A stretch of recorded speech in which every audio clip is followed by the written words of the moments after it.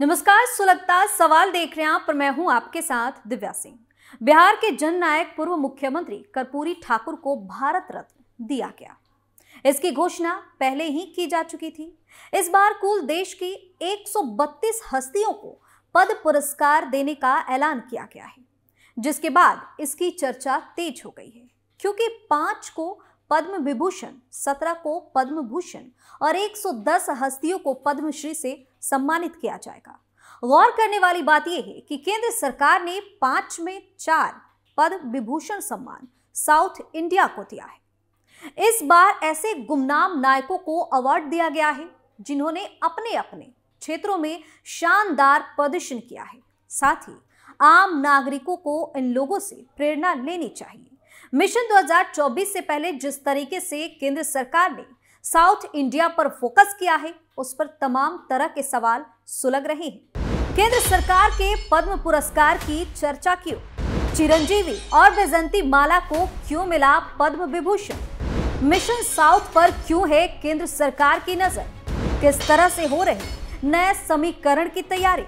इन सवालों ने सियासी पारा हाई कर दिया है। इसी साल लोकसभा चुनाव होने हैं और चुनावी साल में बीजेपी ने तमिलनाडु जैसे दक्षिण भारत के राज्यों पर फोकस कर दिया है। पहले पीएम नरेंद्र मोदी तमिलनाडु, केरल और लक्षद्वीप दौरे पर गए। चुनावी साल की शुरुआत में पीएम मोदी के दक्षिण दौरे के अपने मायने खूब निकाले जा रहे थे। उसके बाद चर्चा तेज हुई कि लोकसभा चुनाव को लेकर बीजेपी का साउथ प्लान क्या है। और अब केंद्र सरकार ने जिस तरह से पद्म पुरस्कारों को देने की घोषणा की है, उसके बाद मिशन साउथ को लेकर सब कुछ क्लियर होता नजर आ रहा है। बता दें कि पद्म पुरस्कारों में 3 वर्ग पद्म विभूषण, पद्म भूषण और पद्मश्री होते हैं। पूर्व उपराष्ट्रपति एम वेंकैया नायडू को पद्म विभूषण से सम्मानित किया जाएगा। उनके अलावा बॉलीवुड की दिग्गज अभिनेत्री वैजंती माला, तृतीयांगना पद्म सुब्रमण्यम और अभिनेता चिरंजीवी को भी पद्म विभूषण पुरस्कार से सम्मानित किया जाएगा। वहीं बिंदेश्वर पाठक को मरणोपरांत पद्म विभूषण पुरस्कार से सम्मानित किया जाएगा। बता दें कि पद्म पुरस्कार मरणोपरांत नहीं दिए जाते हैं, लेकिन कुछ मामलों में सरकार इन पर विचार कर सकती है। पद्म विभूषण पुरस्कार पाने वाले 17 लोगों में सुप्रीम कोर्ट की पहली महिला जज का नाम भी शामिल है। स्टोरी में आगे बताएंगे कि क्या है केंद्र सरकार का साउथ प्लान, लेकिन पहले कुछ ऐसे लोगों की चर्चा कर लेते हैं जिनको सम्मानित किया जाना है। सबसे पहले बात बॉलीवुड की दिग्गज अभिनेत्री वैजंती माला की। बॉलीवुड के गोल्डन पीरियड की मशहूर एक्ट्रेस वैजंती माला को केंद्र सरकार की तरफ से पद्म विभूषण से सम्मानित किया जाएगा। बता दें कि वैजंती माला ने महज 13 साल की उम्र से ही फिल्मों में काम करना शुरू कर दिया था। इतना ही नहीं, वह भरतनाट्यम की नृत्यांगना, गायिका और नृत्य प्रशिक्षक भी हैं। लेकिन आज थोड़ा उनके सियासी सफर के बारे में जानते हैं। दरअसल 1984 के लोकसभा चुनाव में यूपी के इलाहाबाद से अमिताभ बच्चन, महाराष्ट्र के मुंबई में सुनील दत्त ने राजनीति में दस्तक दी, तो तमिलनाडु में जानी मानी अभिनेत्री वैजंती माला कांग्रेस के टिकट पर चुनाव लड़ रही थी। वैजंती माला ने कांग्रेस उम्मीदवार के तौर पर दक्षिण मद्रास यानी कि चेन्नई लोकसभा सीट से चुनाव लड़ा था। यहां पर उनका मुकाबला लेखक और जेएनपी के प्रत्याशी ईरा शेजियान सहित 13 अन्य प्रत्याशियों से था। शेजियान के चुनाव प्रचार के दौरान वैजंती माला के खिलाफ कई भड़काऊ बयान भी सामने आए, लेकिन इस चुनाव में 3,36,000 से ज्यादा वोट पाकर वैजंती माला संसद पहुंचने में पूरी तरह से कामयाब रही थी। फिर वैजंती माला ने 1989 का लोकसभा चुनाव भी इसी सीट से लड़ा। इस बार उनका मुकाबला डीएमके के अलादी अरुणा से था। वैजंती माला को 51.92% वोट मिले। उन्होंने अलादी को हरा दिया। 1993 में उन्हें राज्यसभा से संसद भेजा गया। 6 साल बाद उन्होंने कांग्रेस से इस्तीफा दे दिया और सितंबर 1999 में भाजपा ज्वाइन कर ली और अब इन्हें सम्मानित किया जाना है। जानकार बताते हैं कि वैजंती माला बहुत मशहूर अभिनेत्री है। इनके चाहने वाले लाखों में हैं। साउथ में उनकी एक मजबूत पकड़ है, जिससे बीजेपी को बम्पर फायदा हो सकता है और इस तरह से बीजेपी साउथ में नए समीकरण को साधने की कोशिश में लगी हुई है। और अब बात अभिनेता चिरंजीवी की।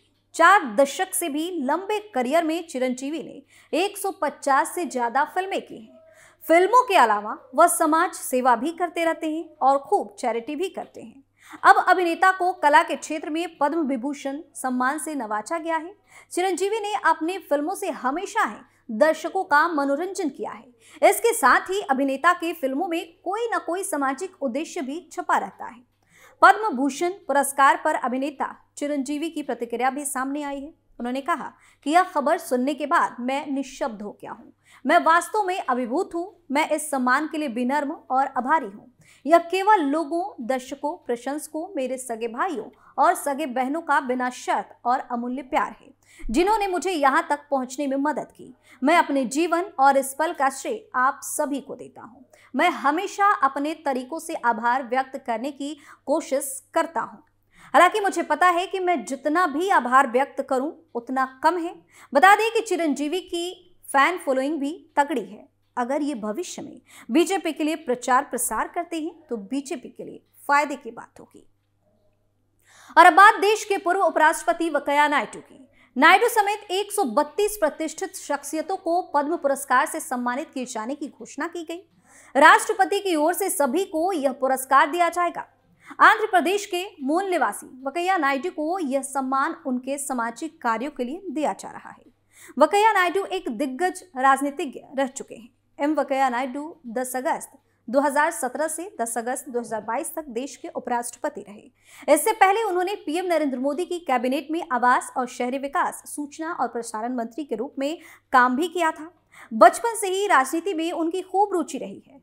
सामाजिक सरोकार से जुड़े कार्यों में वह शुरू से ही बढ़ चढ़कर हिस्सा लेते रहे। यही कारण है कि वेंकैया नायडू ने गरीबों और वंचितों की दुर्दशा को हमेशा बहुत ही अच्छे तरीके से समझा है। वहीं तमिलनाडु की अग्रणी भारतनाट्यम नृत्यांगना पद्म सुब्रमण्यम को देश के दूसरे सबसे बड़े नागरिक पुरस्कार पद्म विभूषण पुरस्कार से सम्मानित किया गया। 4 फरवरी 1943 को मद्रास में जन्मी वह भारत नृत्य के लिए विख्यात थे, जिनकी कल्पना, विकास और कोरियोग्राफी उनके तरफ से की गई थी। वो नृत्य में शोधकर्ता भी हैं और उन पर भारतीय और विदेशी दोनों फिल्म निर्माताओं द्वारा कई वृत्त चित्र बनाए गए हैं। और अब बात बिहार की। सुलभ इंटरनेशनल के संस्थापक और सामाजिक कार्यकर्ता विंदेश्वर पाठक को मरणोपरांत पद्म विभूषण सम्मान से नवाजा जा रहा है। विंदेश्वर पाठक की उपलब्धियां, काम और सार्वजनिक जीवन देश ही नहीं दुनिया के लिए एक नजीर है।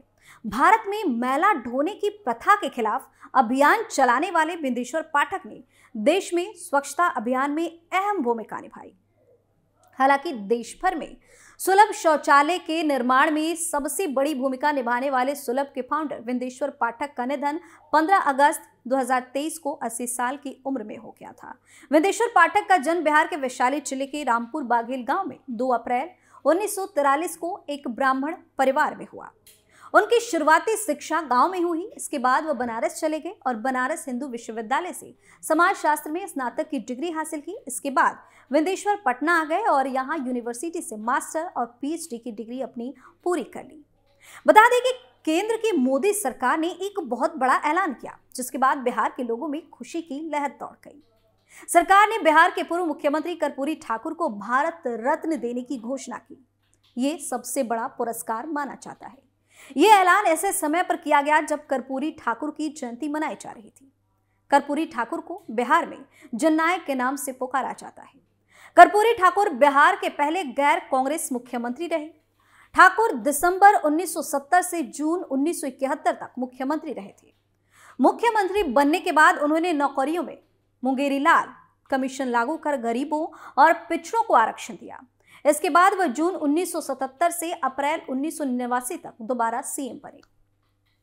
वह पहली बार सोशलिस्ट पार्टी और भारतीय क्रांति दल की सरकार में सीएम बने थे और वह दूसरी बार जनता पार्टी की सरकार में मुख्यमंत्री बने थे। बिहार के समस्तीपुर के रहने वाले कर्पूरी ठाकुर नाई जाति से थे। वह पिछड़े वर्गों के हितों की वकालत करने के लिए जाने जाते थे। कर्पूरी ठाकुर का जन्म 1924 में समाज के सबसे पिछड़े वर्गों में से एक नाई समाज में हुआ था। उन्होंने सामाजिक भेदभाव और असमानता के खिलाफ संघर्ष किया। उनकी नीतियों और सुधार के लिए उठाए गए कदमों से कई लोगों के जीवन में महत्वपूर्ण बदलाव आए, खासकर शिक्षा, रोजगार और किसान कल्याण के क्षेत्र में।